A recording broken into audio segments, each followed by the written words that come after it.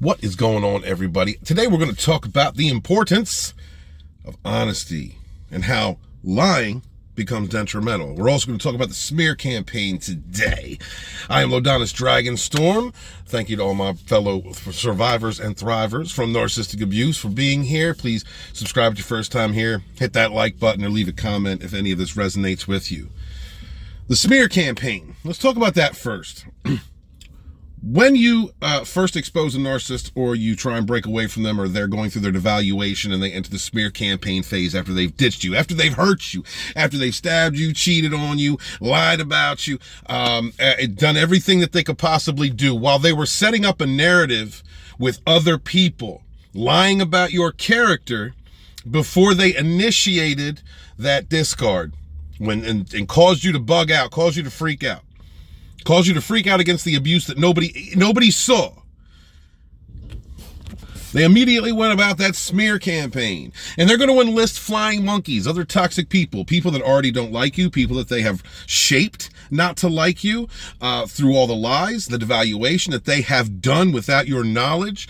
They are going to collect anybody around them that they can, that will act as a megaphone to resonate their BS about you. That smear campaign is nasty. When you first go through the discard smear campaign, especially if you walked away from them, it hurts. It hurts you hard because you are not yourself at that point.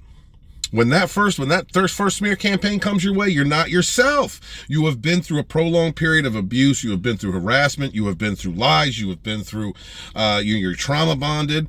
You have gone through things that you have not told others about because you were trying to protect the image of your abuser, hoping that they would be a better person, and never really understanding the depth of the maliciousness of that narcissist or that toxic person who has the entire time been setting up your downfall to protect their image. They've been telling other people that you're the abuser. They've been telling other people that you're the cheater, or you're the liar, or you're the whatever it is.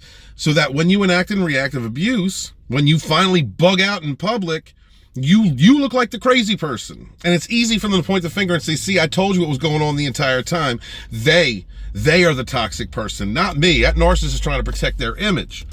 Yet over a long enough timeline, everyone exposes themselves.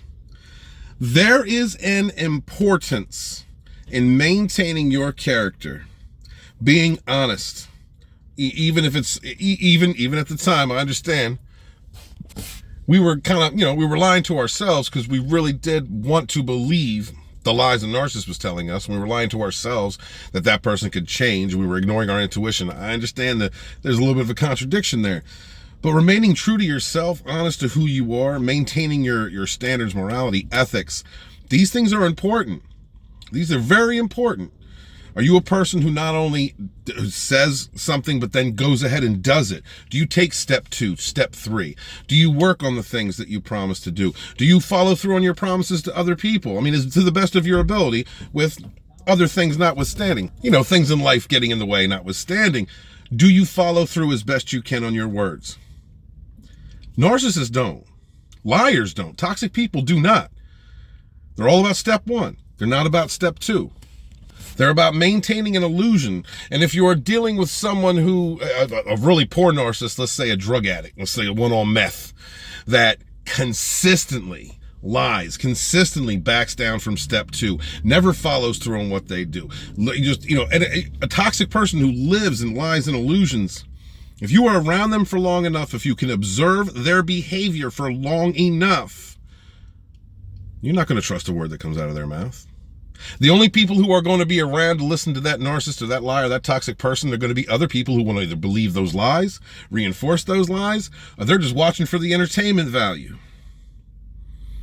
If you maintain your ethics, if you maintain who you are, your messaging, your character, the person that you are, if you are as honest as you can be, if you are honest about who you are, and trust and believe, eventually, if that narcissist is hoovering, if that narcissist, who, of course, doesn't take any accountability, doesn't take any responsibility for who they are, what they've done, they run out of supply, they might circle back around and initiate another smear campaign.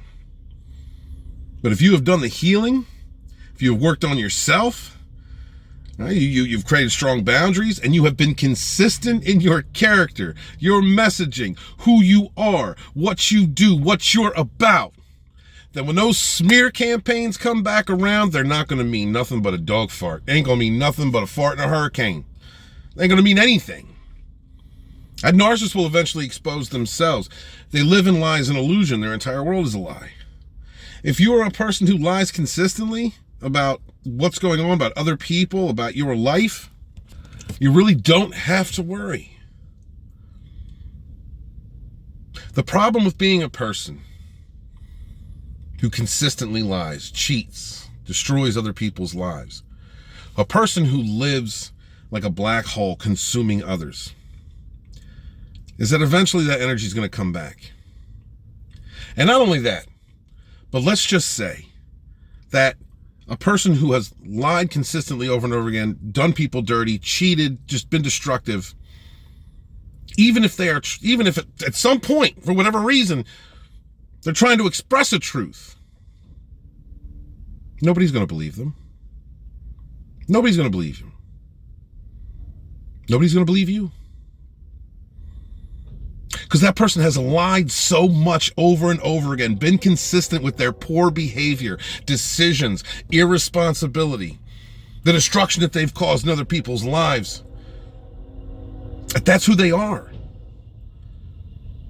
So keep it real, brothers and sisters. And understand, when that smear campaign, if another smear campaign comes back around, you're a Teflon Don at that point. If you have done what you're supposed to do, been consistent, represented yourself as honestly as possible, done the healing work, you're moving forward in your life, you're doing what you have to do, and that narc or any toxic person comes around trying to bullshit about you, it don't mean anything. It doesn't mean anything. Anyone who believes lies about who you are was looking for a reason to believe those lies anyway. Or there are other toxic people just trying to cause chaos. And some of them are just there to watch and enjoy the show. They don't care about that liar, that narcissist. They don't care about that person. They're there for the show. You know who you are. Do the healing right. Create strong boundaries. Understand who you are. Be consistent in who you are. Prove it with not words, but actions. And any smear campaign that comes your way won't mean shit. Be good to yourselves. Be good to each other. And never again suffer that fool. Run!